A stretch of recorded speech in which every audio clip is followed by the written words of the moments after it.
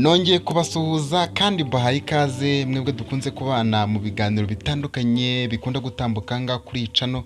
Ndagarutse nanone n'umuhungu wanyu urukundo nk'ibisanzwe, waba uri mushiki wanjye ndagusuhuje, waba uri mukuru wanjye ndagusuhuje, uri murumuna wanjye ndagusuhuje, kuko nzi neza yuko muhari kandi benshi munyereka ko munkunda, nanjye mba ngomba kubakunda kandi nkabahereza ibyo mukeneye. Ikiganiro cy'uyu munsi rero kiraje, ni ikiganiro cyiza cyane aho tugiye kuganira ku bintu bigeze kuri bitandatu cyangwa se interuro zigeze kuri esheshatu wabwira umukobwa akamenya ko umukunda bidasubirwaho, ndetse zikaba ari interuro nziza zigenda zigakora ku mutima we rwose akarushaho kugukunda. Iki kiganiro rero reka tukibanemo, ariko mbere yuko tukinjiramo neza reka mbanze ngusabe ukande like kuri no video. Ikindi kandi ujye muri SMS wandikamo umbwire ko wageze kugira ngo menye neza abantu tugiye gutangirana ikiganiro cy'uyu munsi. Nanone murabizi yuko mbere yuko dutangira ikiganiro tubanza tukakira abantu bashyashya. Umuntu mushyashya ni umuntu utarakanda subscribe kuri icano, niba utarayikanda uyikande, wibuke gufungura inzogera kugira ngo nawe uzajye ubasha kubana natwe mu biganiro bigiye bitandukanye bikunda gutambuka nga kuri icano, yaba inkuru z'urukundo cyangwa se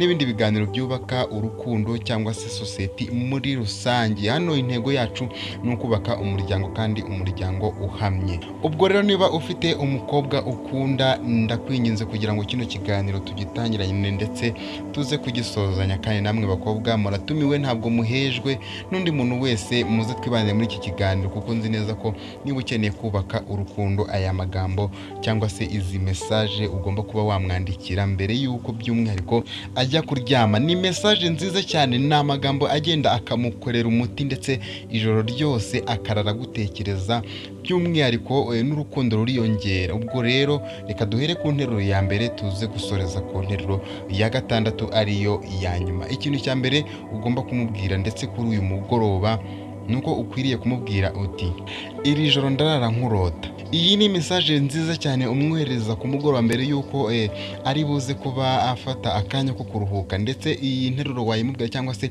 iyi message wayimwandikira rwose akarara bitekerezaho, n'ukuri akagenda arushaho kugutekerezaho cyane, ndetse n'urukundo yagukundaga rukagenda rwiyongera.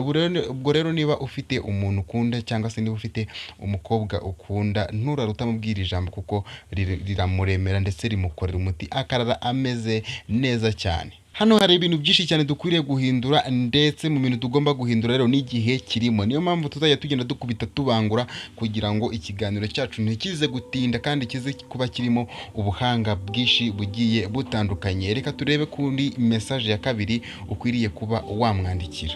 Ugomba kumwoherereza SMS ivuga ati ni wowe soko y'umunezero wanjye, nishimira kukuvugisha. Iyi message niyo yimwoherereza, ndakubwiza ukuri yuko uzaba ari ikintu uremye mu mutima we, kandi azakomeza kugenda yitekerezaho, ndetse n'urukundo agukunda rurushaho kugenda ruzamuka.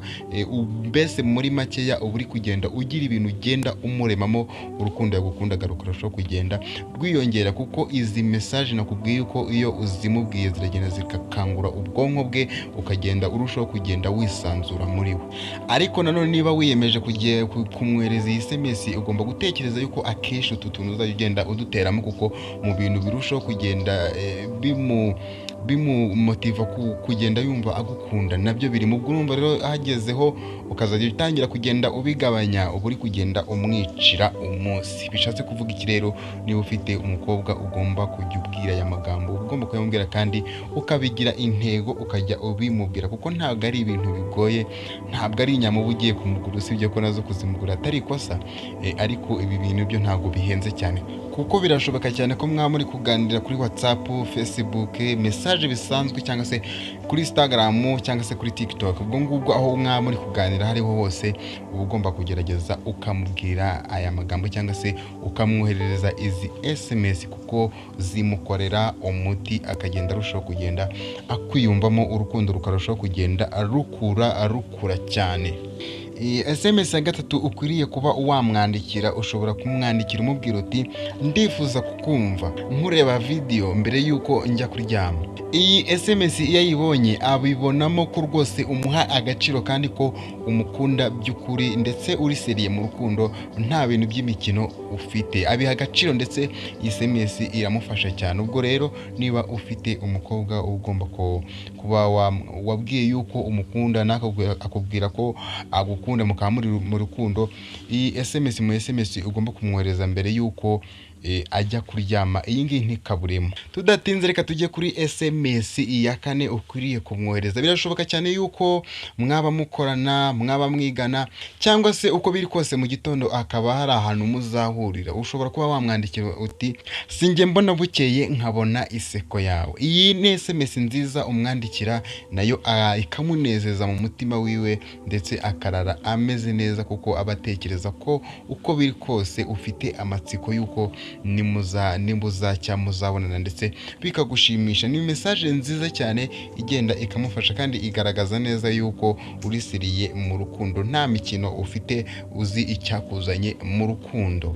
Message ya gatanu ukwiriye kuba wakandikira uyu mukobwa cyangwa se uyu mukunzi wawe wifuza kuba wamwifuriza kuba yarara neza, ukwiriye kuba wamwandikira SMS ivuga ngo byakashimishije yuko dukomeza ikiganiro, ariko ntabwo byakunda kuko ufite akazi keshi ejo, ngomba kuryama aka kanya.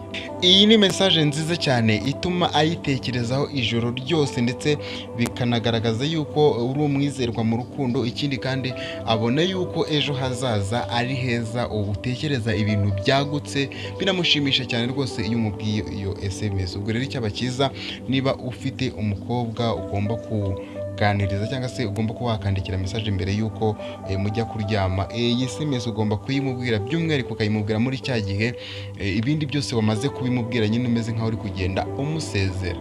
Message ya nyuma ariyo ya gatandatu rero usoza umubwira ati ijoro ryiza. Birashoboka cyane ko warenzaho ijoro ryiza sheri cyangwa se shushu, buki. Biranashoboka cyane rwose, mbese twatuzina nawe ujye umubwira tuba turyohereye, nyine tuba tumeze nk'ari nko kunyunguta nka bombo rwose. Uba ugomba kugenda utumubwira mbere yuko mutandukana.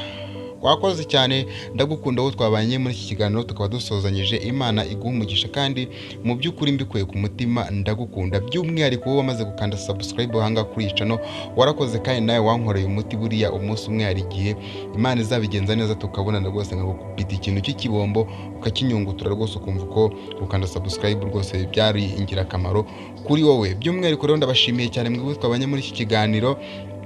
Ugenze neza niba wamaze gukanda subscribe, niba uri mushyashya.